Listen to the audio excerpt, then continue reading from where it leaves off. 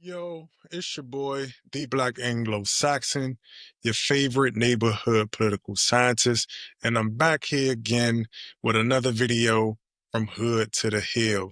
Today, I'm going to be responding to your boy, Dr. Umar Johnson, and we're going to be talking about the Prince of Pan-Africanism, the Prince of Pan-Africanism. And I say it again, the Prince of Pan-Africanism. And we're going to go ahead and talk about the scammerisms and all of the things and how this is monumentally a failure, not only for Dr. Umar Johnson, but a failure for Black scholarship, failure for Black leadership, and just an overall failure for the quote unquote conscious community, as one would deem it. So, without further ado, hit the like button, hit the share button, please subscribe, and we're going to jump right into it. Give me 1 second. So here go, y'all, boy. We're going to jump into this video real quick. I'm going to let your boy go ahead and speak, you know what I'm saying, the Prince Ifatunde or whatever he be calling himself these days about, how he is and deals with the Black community and why we probably should have been left this dude where he stood. But like I always talk about, unfortunately, the Black community is an easily fleeceable community because we lead with our emotions in a lot of ways. But let's just listen to this disrespectful nonsense here from Dr. Umar Prince Ifatunde Holloway from Wakanda. So far, we raised $250,000. I'm gracious, but I'm not content because I know y'all got a lot more to give me than some $250,000. When Darren Wilson killed Michael Brown, white folks gave him $300,000 in 3 weeks. So I'm going to pause that real quick because I want to get into just something slight because he talk about how he is grateful and graceful for what he got. But then at the same time, in the same token, he go into, and you'll see it, this rant about what we should have gave him and the grit money and all of this different stuff, where it's like, we have to start and begin to, this is where I say consequences have to be doled out, because when somebody speak to us like this, or when somebody speak to you like this, there has to be a response to it, and not a response just in words where I'm gonna clap back, but an actual response. And you know what, I'm actually not going to support you, and I'm actually not going to give you any money, because even though you're saying that you're graceful, your actions and everything that you're following this conversation behind is in complete contradiction. And we got to get real good at being able to point out and go through and move through double talk. It's a lot of double talk. And we get real tripped up by double talk and double speak, because a lot of people will say stuff and literally do something completely different. And Dr. Umar is a perfect example for this debaucherous behavior, very debaucherous behavior. But here we go. His defense. Dr. Umar Johnson is trying to build a state-of-the-art school for Black boys that y'all all know I need. And after 6 months, I only got $250,000. Trifling ass Black people. I'm going to call it like I say it. Trifling ass Black people. Shaking my head. They gave you 250 bands, bro, in donations. And I'm going to tell y'all, fundraising and getting donations is not an easy game, especially when you're talking about getting it from a group of people who are literally at the bottom of the economic totem pole, even when you talk about how much spending power we have as it relates to the complete and total aggregate spending power. Our spending power is nowhere near close to white people's or other groups. So like, that whole argument has been debunked, should continue to be debunked, but spending power is not power in the way that Dr. Umar is talking about. And that's why he having the issues and the frustration. Because again, I get it, it's frustrating, but at the same time, Dr. Umar, trifling, come on, man.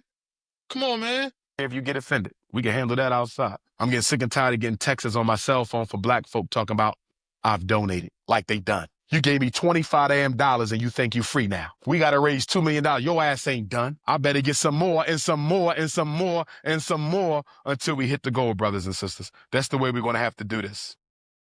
Now, the problem with this is because you have Dr. Umar, who was building the school for all of these years, and nothing has been delivered as a result of getting and receiving these donations.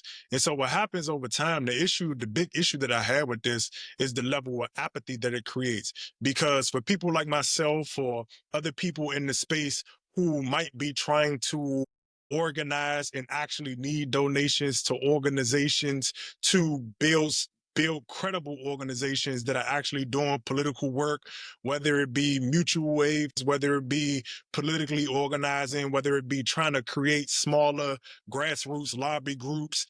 You have created this space now where, unfortunately, people are less going to be more or less likely to donate to these type of initiatives, especially because there hasn't been any education around it outside of just saying, I want more, I want more, I want more, when really you haven't done to deserve more. Like, the big reason that I don't come on here asking for donations is largely because in the grand scheme of things, I haven't built the actual infrastructure and the institution that I want people to give to actually create that organizing body. Right now, I'm still working a 9 to 5, but at the same time, it has to be funneled to something. And because this whole academy has never been built, it's highly problematic because it leaves a stain not only on him, but it leaves a stain for everybody in this space who is trying to do political work, because basically he scammed and used the facade of organizing. He used the facade, used the imagery of revolutionaries. He used the imagery of all of these different things to basically fleece the black community. And now you have people who feel like, well, here we go with these conscious Negroes, or here we go with these Hotep Negroes. And what that does is it doesn't allow people to actually who mean well to the community to come in these spaces. Can you do it? Yes, absolutely. But does it make it that much more exponentially harder? Absolutely. Because now I'm having to fight an uphill battle, not just on the money side, but also on getting people to be educated as well as comfortable with willing to not only just give their money, but their actual hard earned time to give to a space where it's like, I'm going to spend 2 hours, 3 hours, 4 hours a day and come here. That takes energy and that takes effort. And people like this, which is why I go on him, as well as Tariq Nasheed and other people who've kind of basically dibbled and dabbled in this space to fleece the black community. I go hard on them because they raping us, and it's making it harder future movements and future leaders to come in and actually be and censor themselves in these spaces, because now everybody's going to be seen as a scammer because we have no school, and this dude just be getting up here talking about crazy nonsense over and over and over again. And then the crazy part is he's actually more of a comedian, if anything. Y'all could drop down in a comment if you think Dr. Umar would have had a better career at being a comedian, trapped and trafficking in this space of being a fake scholar and a fake revolutionary. And I ain't gonna say a fake scholar because he is actually a scholar, but the way that he actually transformed himself and didn't actually lean into that, I think is highly problematic. But I'm gonna get into his latest shenanigans, which I think is just more example of what I mean by the actual issues that we facing. So this is Dr. Umar. Apparently, he didn't have enough grit money and other stuff happened, but I'm gonna let y'all hear for yourself. Order and check donations until the situation is resolved. If you want to make a donation to FDMG, send it through PayPal. Right? PayPal.me/FDMG Academy. PayPal.me/FDMG Academy. PayPal.me/ Yo, and I think it's hilarious that he say stuff 3 times to make it seem like it's more powerful, and I guess it make it more true for him. I don't know what be going on with that, but I think it's really, really hilarious because he be, PayPal me. Sir, just because you said it 3 times don't make it. What is this, Aladdin? And you trying to summon a genie? Like, what the hell? Dr. Umar, man, is a crazy, crazy dude, man. FDMG Academy if you want to make a donation to the school, hold off on checks and money orders until we find out what the hell is going on. The bank is investigating the fraudulent attempts on our. So that's what the bank, I was looking for the whole clip. I don't know if he took it down or not, but basically the man is talking about the bank has put a hold on all of this different stuff and that he only used Apple Pay. And so, like, even, as a business person. I'm not a business owner myself, but I am around a bunch of business owners and working in government and having to deal with businesses and deal with organizations coming on a live and just saying that everything he does everything through Apple Pay. That is the most unprofessional thing ever. To be able to sit here and talk about send all of your donations to these specific places and you haven't actually built a platform is crazy, ridiculously absurd.